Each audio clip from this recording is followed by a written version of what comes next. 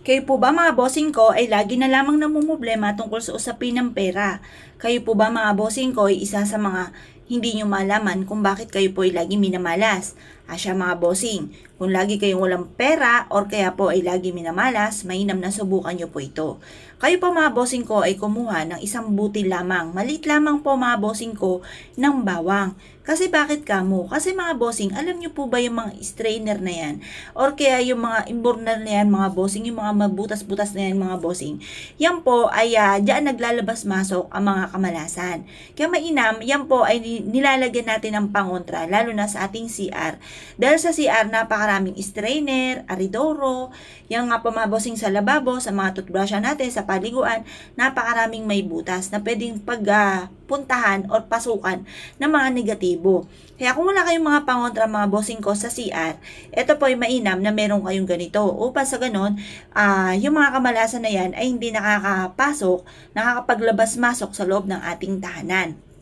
Ngayon po, ito pa mga bossing ay hindi natin ilalagay dito sa aridoro kasi baka ito ay magbara. Kaya ang gagawin nyo lamang, ito ay kukuha ka ng isang butil at ilalagay nyo po ito sa ibabaw ng may bintana po ninyo. Or kaya po mga bossing, kumuha ka ng isang mangkuka na asin, pwede na naman po yun, at maglagay ka sa likod ng pintuan ng inyo pong CR. Ang dulot po nito ay swerte. Kailangan mga bossing ko, panitiliin po natin na fresh ang ating bawang. Kasi natutuyo din po ito mga bossing. Once na natuyo po ito mga bossing ko, wa-effect na po yan. Kaya kailangan laging fresh yung ating pong bawang. Or kaya ang ating pong asin, kailangan lagi po siyang maputi, hindi po siya magtutubig. Kasi once na nagtubig po yon, hindi na po siya swerte. Kumbaga marami kasi siya mga nahigop na mga negatibong enerhiya, kaya po siya ay nagtutubig. Kaya mas mainam mga bossing ko, laging tuyo at malinis ang ating pong asin.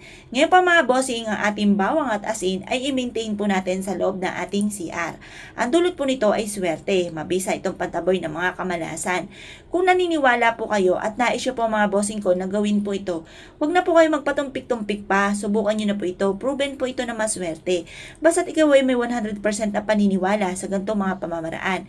Ngayon pa mga bossing, ang gagawin lamang po ninyo, kapag po ito ay natuyo na, tapon nyo lang sa basurahan, tapos kumuha kayo ng panibagong bawang mga bossing. I-maintain po natin ang bawang mga bossing ko sa ating tahanan. Kasi ito po ay napakaswerte. Hindi lang po siya pantaboy ng mga negatibong enerhiya, ng mga bad spirit. Kasi kapag yung mga bad spirit umenter sa inyong tahanan, dahil bad nga po siya, maaaring magkaroon kayo ng mga problema, kagaya po sa kalusugan, magkaroon kayo ng karamdaman, magkaroon po kayo ng mga problema sa pera, away-away ang inyong pong tahanan, parang lagi na lamang pong hindi nauubusan ng problema. Kaya mas mainam, meron kayong bawang. At ang matatawag natin dito ay good spirit mga bossing. Kung naniniwala po kayo mga bossing ko at naisyo po itong gawin, ay siya mga bossing, good luck bossing niyo po lahat!